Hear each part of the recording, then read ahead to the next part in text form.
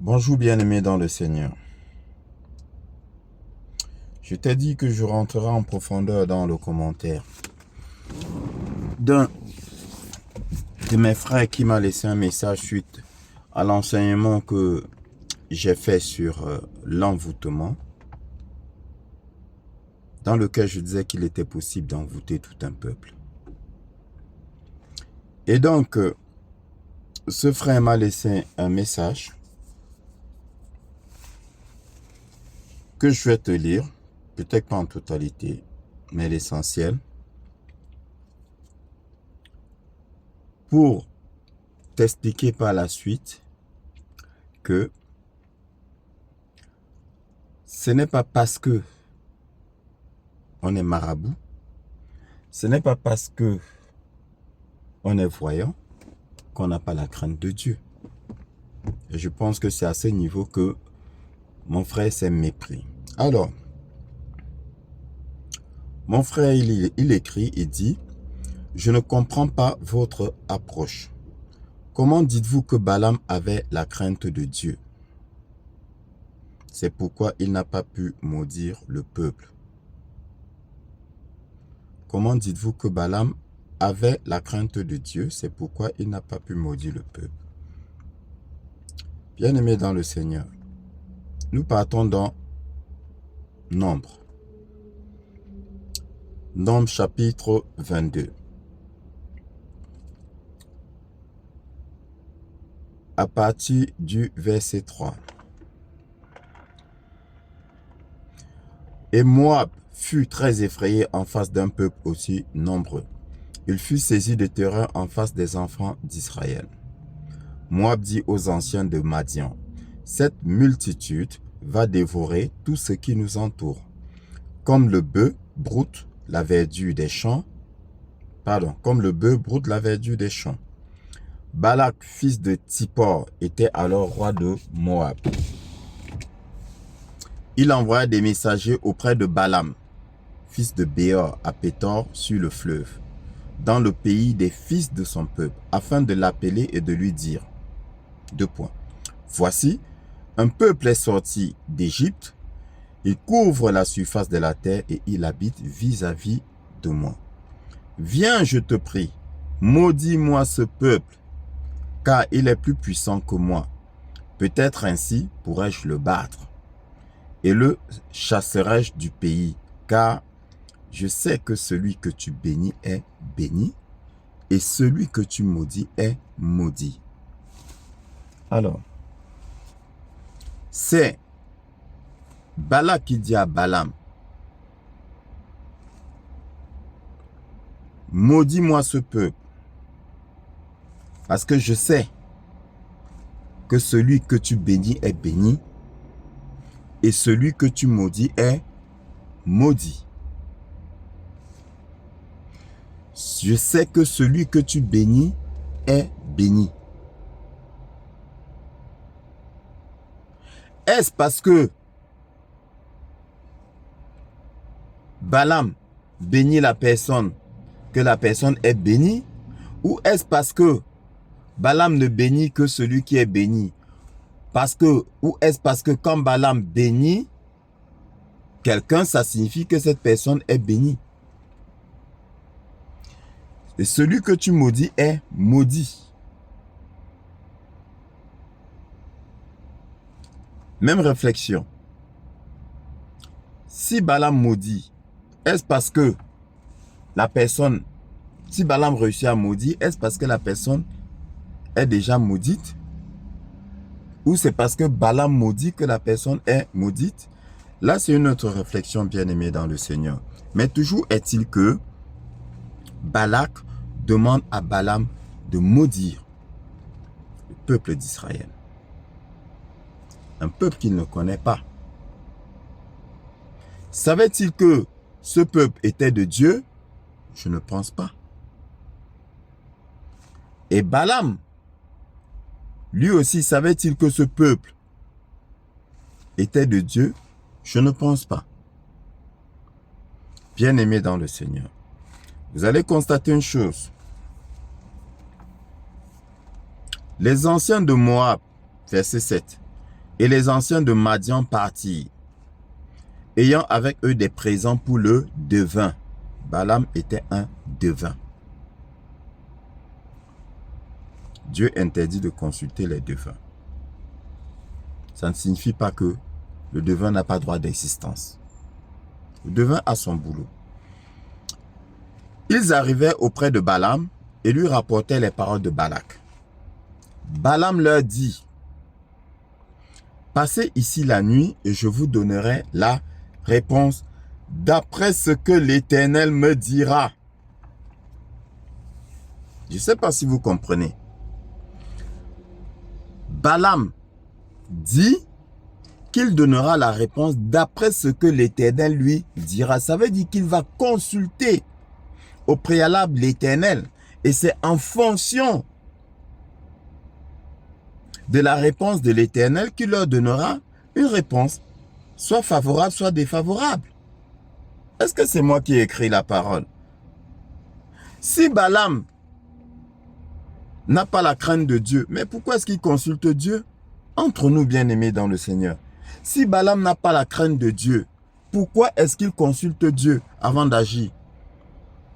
Pourquoi? Je pense que c'est quand même assez logique.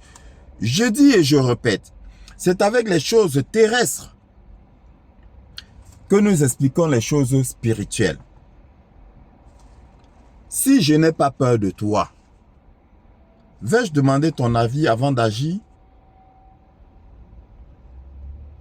par rapport à quelque chose qui te concerne? Je ne vais pas demander ton avis. Je ne vais pas demander ton avis. Si je te consulte avant d'agir et j'agis en fonction de ta réponse, mais comment va-t-on appeler cela si ce n'est la crainte de toi? Si Balaam n'avait pas peur de Dieu là, pourquoi il consulte Dieu? Pourquoi il s'inquiète de ce que Dieu peut penser? C'est écrit. Alors, je te prends un autre verset. Dieu dit à Balaam, tu n'iras point avec eux, parce que Dieu vint. Bon, je rentre un peu en arrière pour que tu ne sois pas perdu. Dieu vint à Balaam, verset 9, et dit, qui sont ces hommes que tu as chez toi? Balaam répondit à Dieu, Balak, fils de Tsippor, roi de Moab, les a envoyés pour me dire. Bon, dans tous les cas, Dieu pose la question tout en sachant que Dieu sait toutes choses. Dieu le sait. Mais il interroge Balaam quand même. Mais Dieu sait qui ils sont. Alors, Balaam répondit à Dieu, Balak, fils de Tsippor, roi de Moab, les a envoyés pour me dire, voici un peuple est sorti d'Égypte et il couvre la surface de la terre. Viens donc, maudis-le, et peut-être ainsi pourrais-je le combattre, et le chasserai-je. Dieu dit à Balaam, tu n'iras point avec eux. Tu ne maudiras point ce peuple, car il est béni. Voilà la réponse que Dieu donne à Balaam. La suite. Balaam se leva le matin et dit au chef de Balak, allez dans votre pays, car l'Éternel refuse de me laisser aller avec vous. Mais si Balaam n'a pas peur de Dieu, mais pourquoi il ne part pas avec eux? Pourquoi est-ce qu'il leur dit, allez, car l'Éternel refuse de me laisser aller avec vous? L'Éternel lui a dit, tu n'iras pas. Il dit aux autres, je ne vais pas avec vous.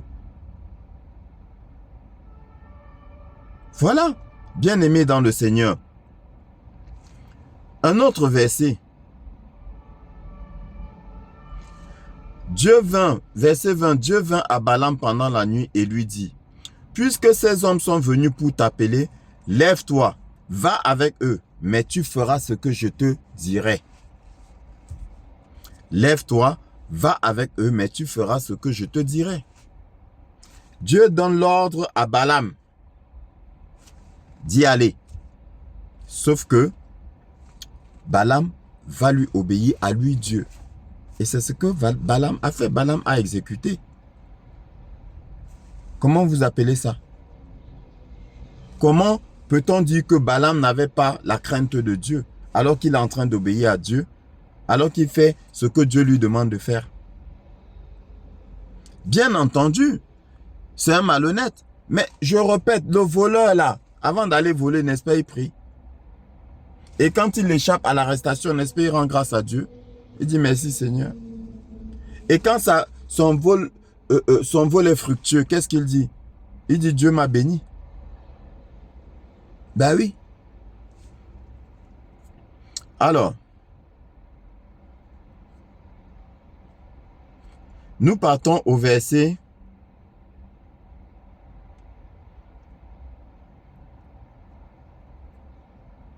31.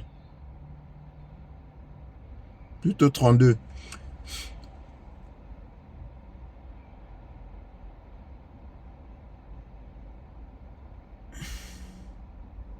Non, allons verset 34. Balaam dit à l'ange de l'Éternel qui lui parlait: j'ai péché, car je ne savais pas que tu te fusses placé au-devant de moi sur le chemin. Et maintenant, si tu me désapprouves, je m'en retournerai. Si tu me désapprouves, je m'en retournerai. L'ange de l'Éternel dit à Balaam: va avec ces hommes, mais tu ne feras que répéter les paroles que je te dirai. Et Balaam alla avec le chef de Balak. Balaam a peur de l'Éternel. Le messager de l'Éternel lui parle et Balaam, qu'est-ce qu'il dit? Si tu me désapprouves, je retourne. Je ne veux pas prendre de risques. Je ne veux pas aller contre ton avis.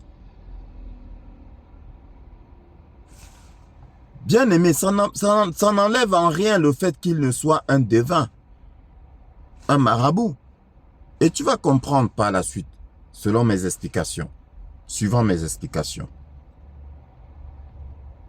Alors,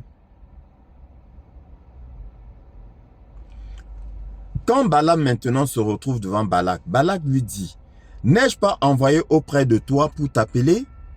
Pourquoi n'es-tu pas venu vers moi? Ne puis-je donc pas te traiter avec honneur? Balaam dit à Balak: voici, je suis venu vers toi. Maintenant, me sera-t-il permis de dire quoi que ce soit? Je dirai les paroles que Dieu mettra dans ma bouche. Je dirai les paroles que Dieu mettra dans ma bouche. Il n'a pas dit qu'il dira ces paroles à lui. Il a dit: je dirai les paroles que Dieu mettra dans ma bouche. Il obéit à Dieu. Alors, bien-aimé dans le Seigneur,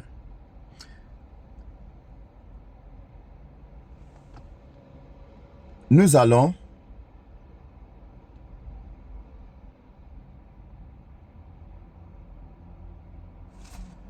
au chapitre 24.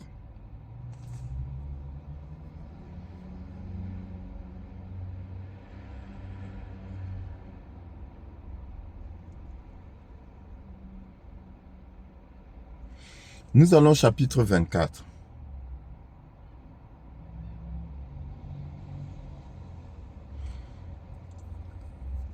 Balaam, après plusieurs tentatives, parce que bien aimé dans le Seigneur, il faut savoir une chose. Ce n'est pas parce que on a la crainte de Dieu qu'on n'essaye pas. Le devin là, il a la crainte de Dieu, mais il essaye quand même parce que il s'attend, il se dit que Dieu peut laisser faire. Parce que effectivement, dans certaines circonstances, Dieu laisse faire. Dans certaines circonstances, Dieu laisse faire. Le cas de Job, bien aimé dans le Seigneur. Il faut bien comprendre la parole. Le cas de Job. Parce que beaucoup pensent que le diable n'a pas peur de Dieu. Quand les gens disent que le diable combat Dieu, qui vous a dit que le diable combat Dieu? Le diable ne combat pas Dieu. Il combat les hommes. Il ne combat pas Dieu. Dieu est son créateur. Le diable sait que Dieu, par d'un claquement de doigts, peut mettre fin à son existence. Quand le diable est parti frapper Job, est-ce qu'il a frappé de lui-même? Ou est-ce qu'il a d'abord demandé à Dieu? C'est Dieu qui lui a permis. Dieu lui a dit, je te laisse lui enlever tout ce que je lui ai donné, mais tu ne toucheras pas à son corps. Mais le diable a obéi. Pourquoi? Parce qu'il a la crainte de Dieu. Et après, quand il est reparti voir Dieu, et il a dit à Dieu que si Job continue sa fidélité vis-à-vis de toi, c'est parce que il a encore la santé. Si tu lui enlèves la santé là, tu verras qu'il va te régner. Qu'est-ce que Dieu a dit au diable? Va. Je te permets de toucher à son corps, mais tu ne toucheras pas à sa vie. C'est ce que le diable a fait. Est-ce qu'il a touché à la vie de Job? Parce que Dieu ne le lui a pas permis. Il a obéi. Il a obéi. Bien-aimé. Bien-aimé dans le Seigneur. Donc, à la fin, après moult tentatives, qu'est-ce qui s'est passé? Au final, Balaam n'a pas maudit le peuple. Il s'est levé, il est parti, il est retourné chez lui et Balak aussi est parti de son côté. Parce que cela n'a pas été fait. Ce que je veux que tu comprennes, bien-aimé dans le Seigneur, quand tu vas chez le marabout, quand quelqu'un va chez le marabout, si quelqu'un va chez le marabout pour te nuire,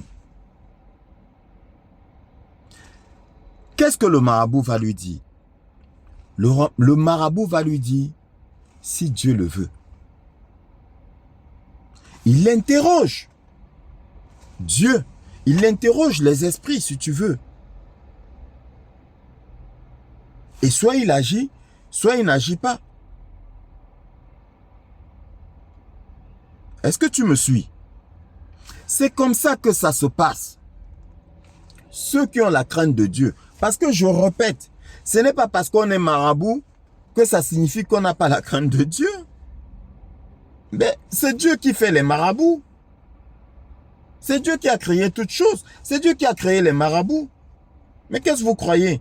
Mais tout ça, tant que vous n'allez pas comprendre que tout ça, c'est pour sa gloire. C'est comme par exemple, quelqu'un dit, il va mettre, en fait, c'est pas, comment on dit ça? Pas de mettre fin au mal. Comment peux-tu mettre fin? Si tu mets fin au mal, ça veut dire que tu mets fin à Dieu. Tu ne peux pas mettre fin à Dieu. Parce que il faut bien qu'il y ait le mal pour que tu approuves le bien, pour que tu apprécies le bien et pour que tu rendes grâce au bien.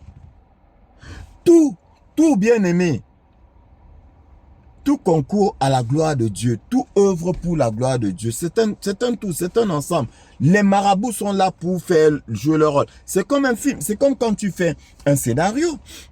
Tu mets un voleur, tu mets un assassin, tu mets, je sais pas, un balayeur de rue, et chacun joue son rôle et chacun obéit à ton script. Si à la 50e minute, tu as écrit que le balayeur va commencer son travail, à la 50e minute, le balayeur commence son travail. Si à la 60e minute, tu as écrit que l'assassin va agir, c'est à ce moment-là qu'il va tuer celui que tu as désigné pour être tué, à la 60e minute, il le fait. Le marabout est là, et comment je vais dire ça? Il est créé par Dieu. C'est Dieu qui crée toutes choses. Et tout ça, c'est pour sa gloire à lui.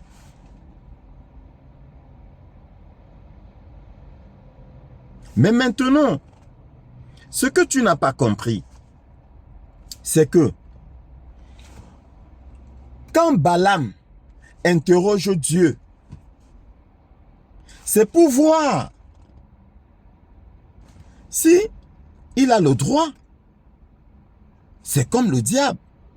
Le diable a agi contre Job parce qu'il avait l'autorisation de Dieu.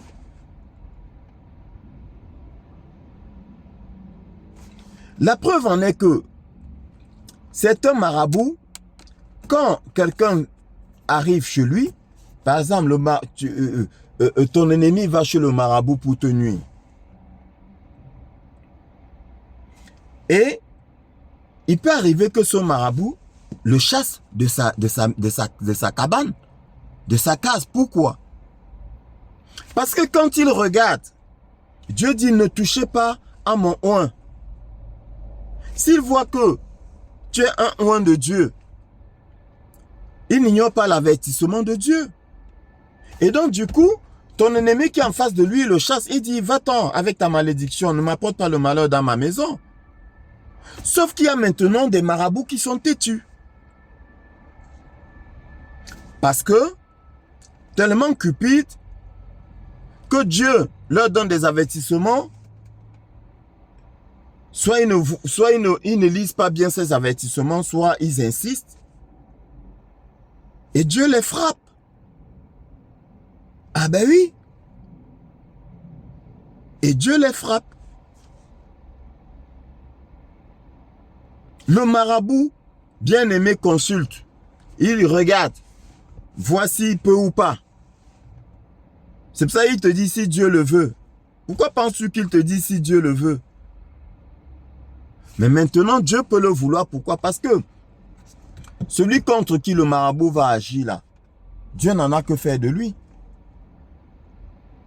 C'est pas son enfant. Ou encore, ça peut être son enfant, mais Dieu le met à l'épreuve, comme Job. Dieu le met à l'épreuve. Donc, il y a certaines... Ce n'est pas parce que tu es fils de Dieu que le sorcier ne va pas agir dans ta vie. Le sorcier peut agir dans ta vie, mais ça là, ce sera pour t'édifier.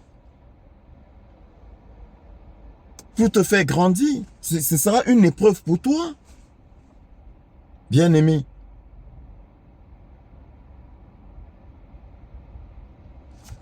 Donc, quand il me lit donc le passage,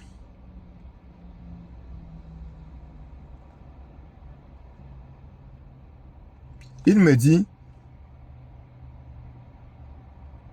il est dit dans 2 Pierre, chapitre 2, verset 15, après avoir quitté le droit chemin, ils se sont égarés en suivant la voie de Balaam, fils de Bosor, qui aima le salaire de l'iniquité. Mais bien sûr, qui a dit que Balaam était sur le droit chemin?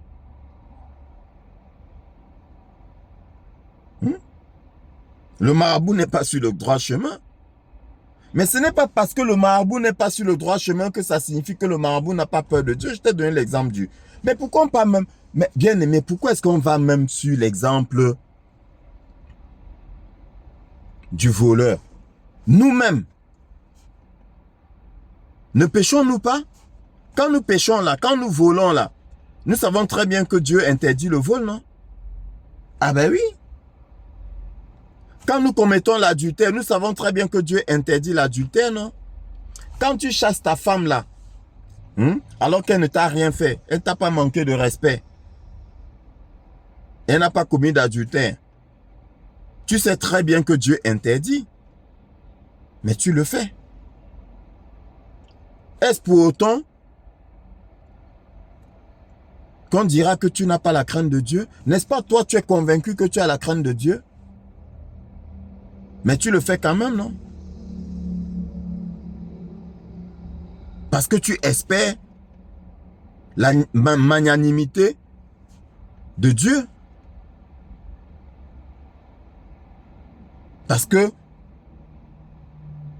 Comme on dit, Dieu est miséricordieux, donc il va te pardonner. Tu espères à chaque fois qu'il va te pardonner. Ah, Dieu est miséricordieux, il va me pardonner. Mais au fond de toi, tu as quand même peur qu'il ne te frappe.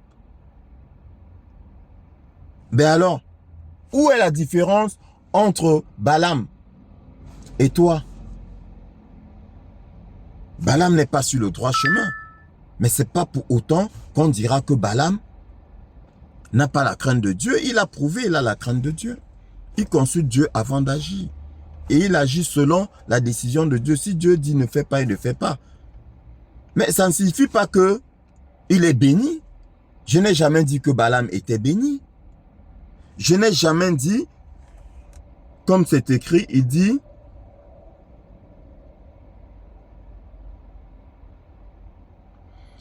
donc Balaam ne saurait être en aucun cas loué par Dieu pour avoir refusé de maudire ce peuple. Ben, je ne l'ai jamais dit. Je n'ai jamais dit que Balaam était loué par Dieu. J'ai dit que, à la différence de certains, Balaam a la crainte de Dieu. La preuve qu'au final, il n'a pas maudit le peuple. Parce qu'il avait peur de la colère de Dieu. S'il n'avait pas peur de Dieu, mais il allait prendre son argent et puis faire le boulot que Balak lui demandait de faire. Bien sûr, c'est à cause de l'intervention. Si Dieu n'avait pas réagi, Balaam allait le faire. Mais il ne l'a pas fait parce qu'il a peur de Dieu. J'insiste encore, c'est parce qu'il a peur de Dieu qu'il ne l'a pas fait. Le marabout là, qui refuse d'agir là, c'est parce qu'il a peur de Dieu. Mais qu'est-ce que vous croyez? Sinon on est tous foutus. Si les sorciers, tous les sorciers là n'ont pas peur de Dieu, si le marabout n'a pas peur de Dieu, si tous les marabouts n'ont pas peur de Dieu, mais on est foutus. Ah ben oui, parce que nous sommes des pécheurs. Et à cause de nos fautes, spirituellement, ils ont le droit d'agir. Ce serait la débâcle. Bien aimé. Donc, je n'ai jamais dit que Balaam était loué par Dieu. Non. Non. C'est un marabout. C'est un devin. Dieu nous interdit de consulter les devins. Mais les devins là, ils jouent leur rôle. Ils ont leur mission sur terre, donnée par Dieu lui-même. Oui. Ils consultent Dieu. Qu'est-ce que vous croyez? Qu'est-ce que vous croyez? Mais vous pensez que le marabout est plus pécheur que vous? Mais, et la prostituée? La prostituée, n'est-ce pas, elle prie le matin, elle prie le midi, elle prie le soir. Elle prie que les hommes, que les clients ne lui fassent pas de mal, non? Elle prie Dieu. N'est-ce pas, même la prostituée va donner la dîme à l'église? Qu'est-ce que vous pensez? Que marabout, ça signifie quoi? Non. Marabout aussi est pécheur au même titre que nous en pêche. Ah ben oui. Sauf que lui, il a la connaissance, il a une connaissance spirituelle plus avancée que beaucoup. Il y a beaucoup qui n'ont même aucune, comment je vais dire, qui ne savent même pas qu'ils sont esprits, comme j'ai coutume de le dire, qui ne savent même pas qu'ils sont des esprits. Ils savent qu'ils sont des hommes point bas. Mais l'homme à la base, c'est quoi? C'est un esprit. C'est ça. Donc, alors, il dit, ceci dit, votre intervention n'est pas du tout convaincante. Mais, cher frère, je ne cherche pas à te convaincre. Il faut suivre mes enseignements sans aucune prétention, sans aucun orgueil. Je ne cherche pas à convaincre qui que ce soit. Je fais ce que j'ai à faire. Comme on dit chez nous, tu prends, tu en fais ce que tu veux. Tu en fais ce que tu veux. Tu approuves, tu n'approuves pas, j'ai fait ma part. Je ne cherche pas à convaincre. Est-ce que c'est à nous de convaincre? Ce n'est pas à nous de convaincre. Bien-aimé, je reprends l'exemple. Tu plantes une graine. D'accord? Tu laboures le sol. Tu sèmes. Tu arroses. Mais ce n'est pas toi qui fais pousser. Est-ce qu'on se comprend? Tu débroussailles. Tu laboures. Tu sèmes. Tu arroses. Mais ce n'est pas toi qui fais pousser. C'est tout. Et nous, en tant que serviteurs de Dieu, c'est ce que nous faisons. Nous déracinons, nous débroussaillons, nous brûlons, nous sémons, nous arrosons, mais le reste là n'est plus à notre niveau. Le reste là, si Dieu le veut. Ce n'est pas à moi de te convaincre. Pas du tout. Je ne cherche même pas à te convaincre. Je dis ce que j'ai à dire. Et je sais que je suis dans la vérité. C'est tout. C'est le plus important pour moi. Dès lors que je suis approuvé par la vérité, je ne cherche pas à convaincre. Ça fait combien d'années? Je sais que je suis dans la vérité. Je sais que je dis la vérité. J'ai combien d'abonnés? J'estime que j'en ai même beaucoup. Ceux qui racontent n'importe quoi là, les choses sales, les choses croustillantes et autres, les choses du monde, ils ont des milliers d'abonnés. Ils ont des milliers d'abonnés. Avec des milliers, des centaines, voire des milliers de likes. Moi, sur 100, quand je dépasse même 100 vues, c'est extraordinaire. Extraordinaire, c'est à peine si je dépasse 100 vues. Et si j'ai même, sur les 100 vues, j'ai peut-être 2 likes. Je ne cherche pas à convaincre. Si je cherchais à convaincre, je mettrais en place tous les artifices possibles. Pour convaincre. Non, pas du tout, bien-aimé. Je ne cherche pas à convaincre. Je fais ma part.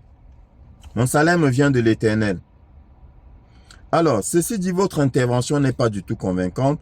Vous ferez mieux de vous adonner à beaucoup plus de préparation en voulant présenter un sujet aussi crucial.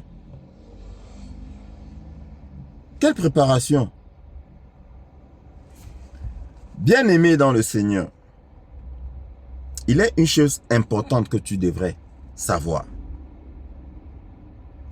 C'est que nous ne parlons pas de nous-mêmes. Donc, nous n'avons pas besoin de nous préparer. Bien-aimé, je vais te dire, la préparation en elle-même sera quoi? Sera juste d'aller dans la Bible pour prendre les passages. Mais comme je te l'ai dit, je n'ai même pas besoin. Tu constateras que je ne te donne pas les versets. C'est rarement que, comme présentement, que quand je dois lire même. Mais sinon, la plupart du temps, je te cite les passages de la Bible, sans avoir besoin d'aller dans la Bible. Je n'en ai pas besoin. Je n'ai pas besoin de me préparer. Pourquoi? Le Seigneur dit, et quand on vous traînera devant les tribunaux et les synagogues, ne vous inquiétez pas de ce que vous direz, car ce que vous direz vous sera donné à l'instant même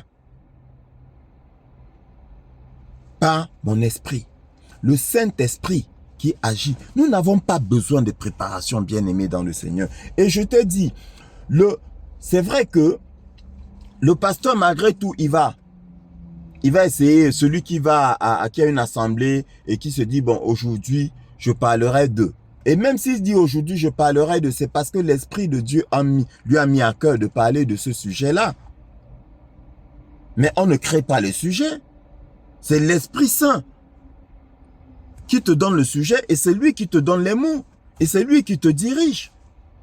Bien-aimé dans le Seigneur, c'est lui qui te dirige. Est-ce que j'ai besoin de me préparer? Est-ce que c'est un examen? Ce n'est pas un examen, c'est un enseignement divin.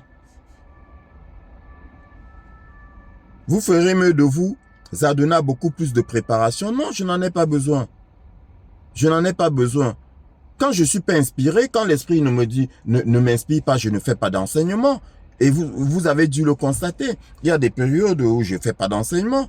Il y a des périodes où je peux aligner tous les jours un enseignement. C'est suivant l'inspiration. Bien-aimé dans le Seigneur. C'est tout comme les délivrances et les guérisons. Vous voyez, c'est la même méthode de sorcellerie. Parce que j'appelle ça de la sorcellerie. Les gens qui programment les délivrances et qui programment les guérisons, ça ne se programme pas. Je n'ai pas besoin de me préparer. Non, je suis désolé. Si l'esprit ne m'inspire pas, je ne fais pas. Je ne fais pas.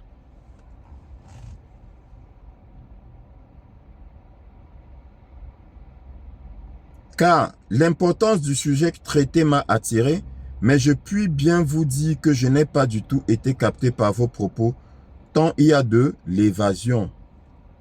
De l'évasion. Bon, après, comme je dis, bien-aimé dans le Seigneur, je ne fais pas ça pour plaire à qui que ce soit.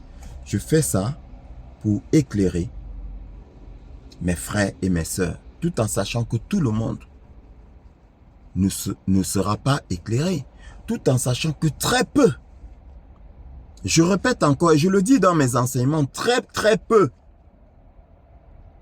vont l'être. Sur 100 qui m'écoutent,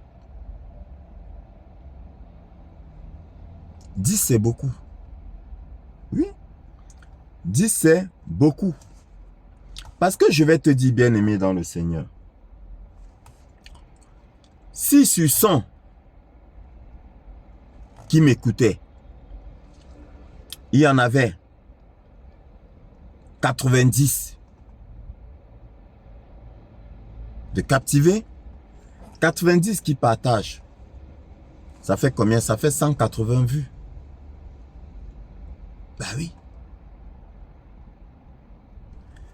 Parce que vous voyez la masse, vous pensez qu'il y a la vérité? Non, bien-aimé dans le Seigneur. Bien-aimé, étroit est le chemin qui mène au paradis. Étroit est le chemin de la vérité, mais large est le chemin du mensonge. Large. Et le Seigneur dit quoi? Beaucoup empruntent ce chemin-là. Beaucoup empruntent ce chemin-là. Ah ben oui.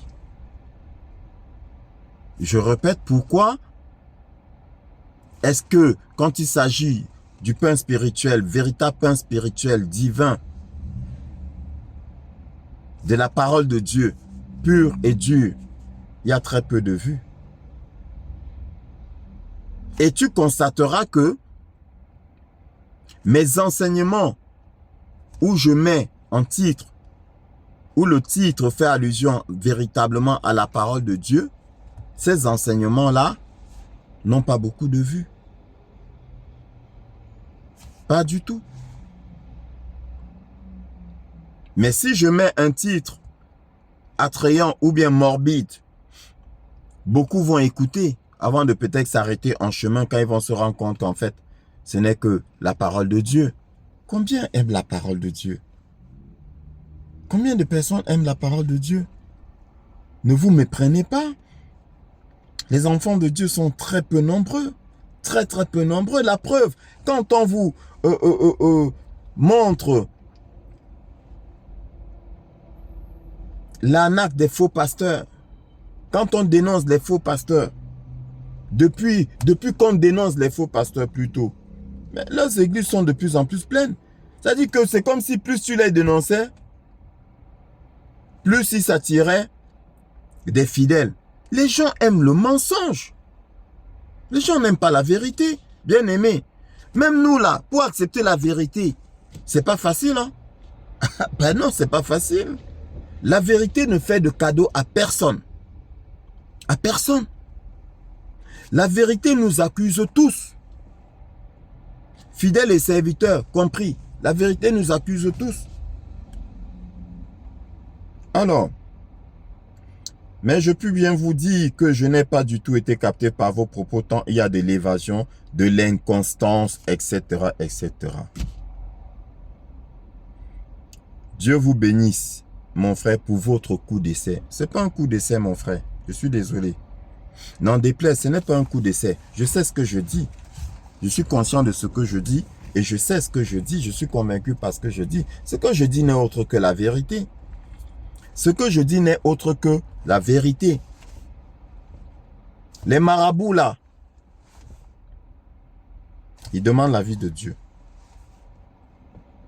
Allez vous renseigner.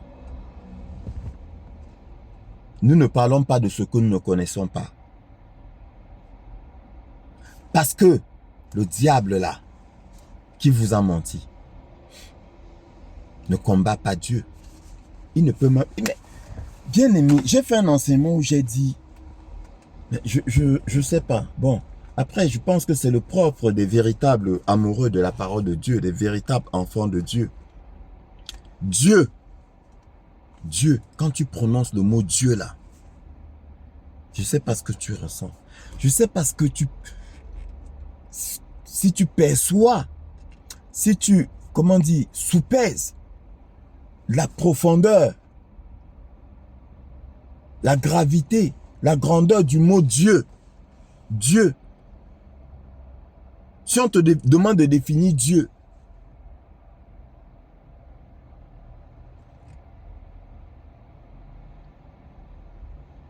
tu vas commencer par où?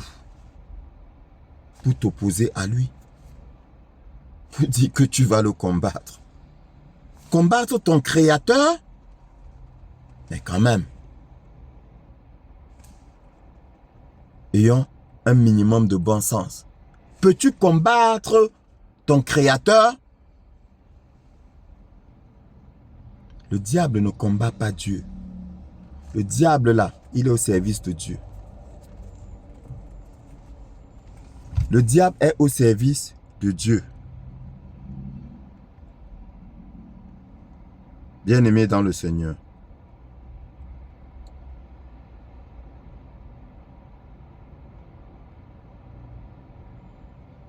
La Bible dit que Dieu a fait toutes choses.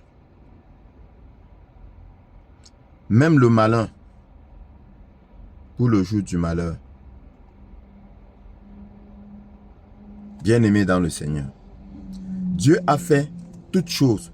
Même le malin pour le jour du malheur. Bien-aimé dans le Seigneur. Sache que Dieu là, bien-aimé, c'est lui qui a créé toutes choses. Les marabouts le consultent. Les devins le consultent avant d'agir. Parce que s'ils ne font pas attention, bien-aimé, s'ils ne font pas attention, Dieu les frappe. Penses-tu qu'ils ont envie que Dieu les frappe? Non. Ils ont peur. Ils ont peur de Dieu. Le diable ne combat pas Dieu. Le diable est au service de Dieu. C'est Dieu qui utilise le diable.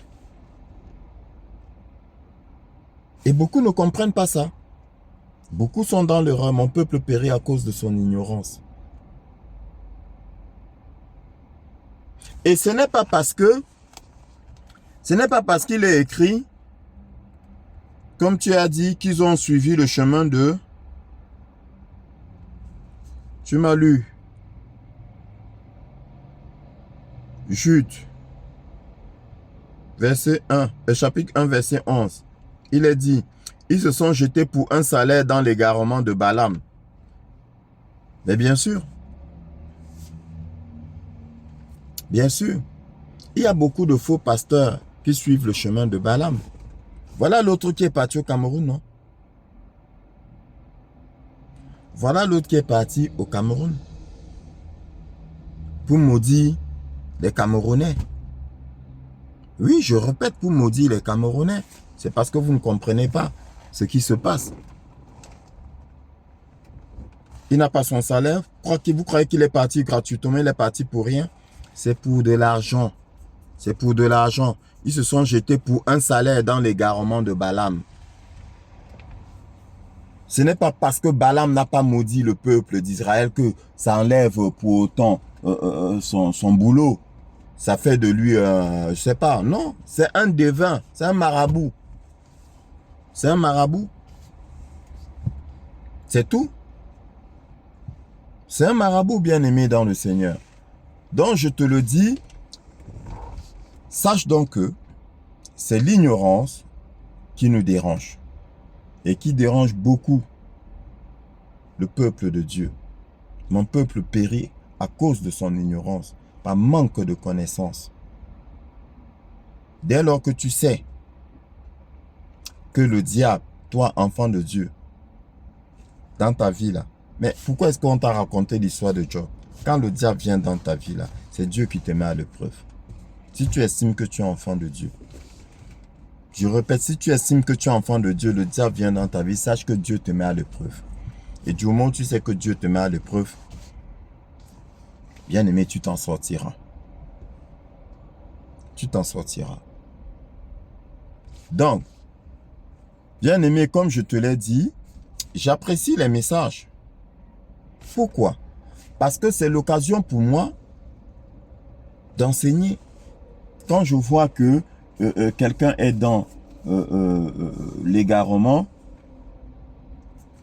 j'en profite pour dire aux autres, attention. Effectivement, les gens peuvent se méprendre par rapport à ce qui est dit, par rapport à ce qui est écrit. Mais sauf qu'ils se méprennent pourquoi? Parce qu'il y a des choses qu'ils ne comprennent pas. Il y a des choses qu'ils ne comprennent pas.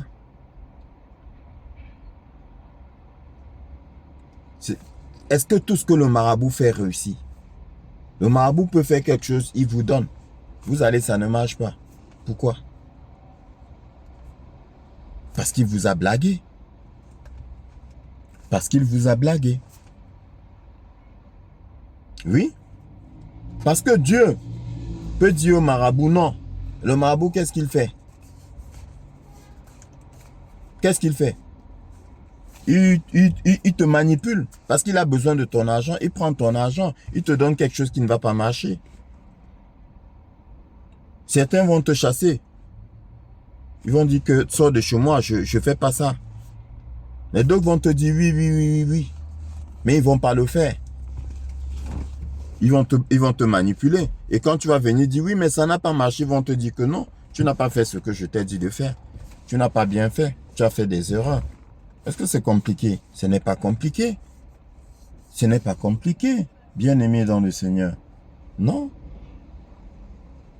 Beaucoup de faux pasteurs ont suivi le chemin de Balaam. Ça veut dire quoi? Ça aussi, tu n'as pas compris. Tu n'as pas compris. Ils sont devenus des devins. Ils agissent comme des marabouts. Et c'est ce qu'on dit tous les jours. Ils sont des marabouts. Des voyants. Ils disent qu'ils sont prophètes. Ils ne sont pas prophètes. Ils ne sont pas prophètes, c'est des voyants. C'est des descendants de Balaam. Tout simplement. Donc bref, bien aimé, c'est cette précision que je voulais apporter et te faire savoir que ce n'est pas parce qu'on est marabout que ça signifie qu'on n'a pas peur de Dieu, non. Chacun a son métier. Le voleur, pourquoi il continue de voler? Mais il a peur de Dieu, non? Tu vas me dire que le voleur n'a pas peur de Dieu? Non, il a peur de Dieu. La prostituée a peur de Dieu. Même nous-mêmes qui péchons, n'est-ce pas, nous avons peur de Dieu, mais nous péchons, non? Voilà.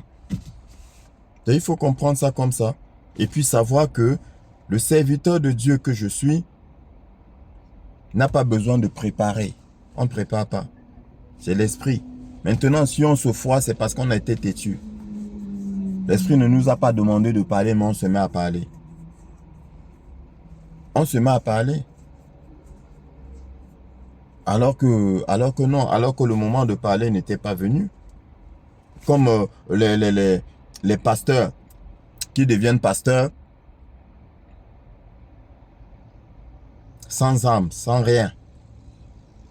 Ils sont misérables. Ils n'ont même pas de quoi se payer un taxi, prendre un taxi ou de quoi manger.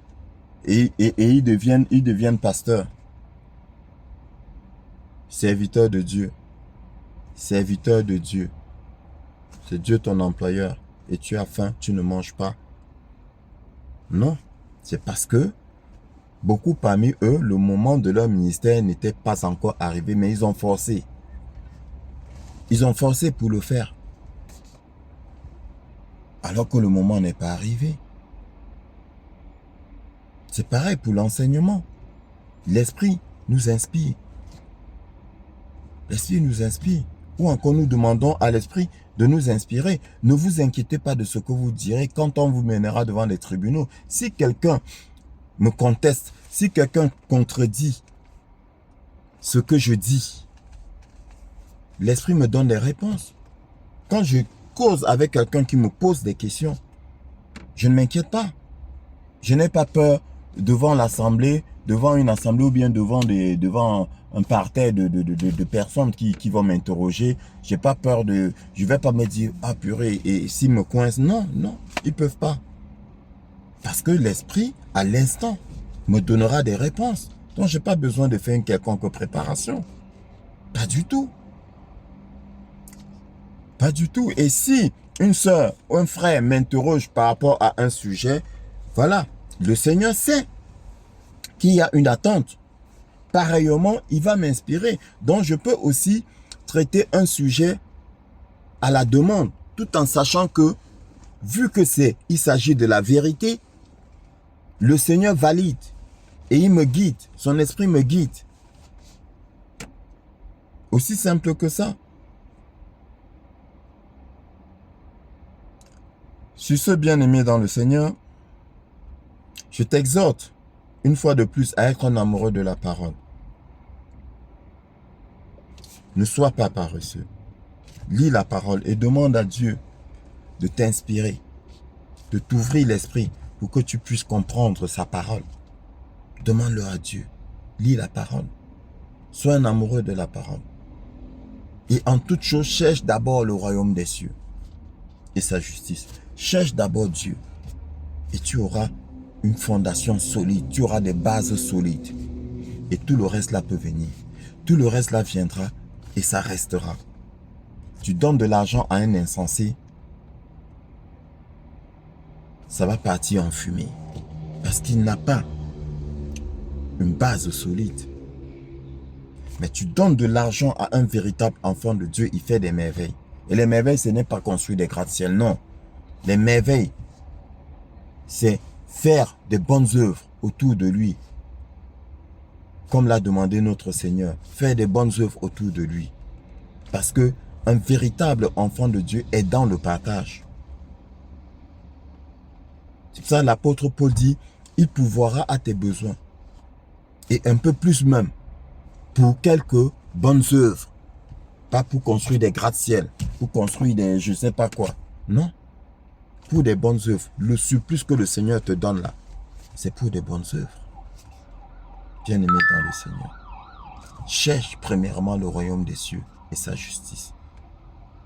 Et sois un amoureux de la vérité, de la parole. Et ainsi, tout enseignement que tu recevras, tu ne le recevras pas avec l'intention. Tu ne l'écouteras pas plutôt avec l'intention de trouver des erreurs, des fautes, de critiquer. Non. Non. Non. Au contraire, si tu agis de la sorte, Dieu va te frapper d'égarement. Il va t'aveugler. Il va t'aveugler. Bien-aimé, n'oublie pas de partager, bien-aimé. N'oublie pas de partager cette vidéo.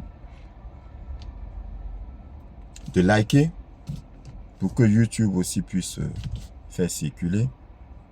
Parce que comme j'ai dit, ça va aider l'un de tes frères, l'un de nos frères. Que Dieu te bénisse.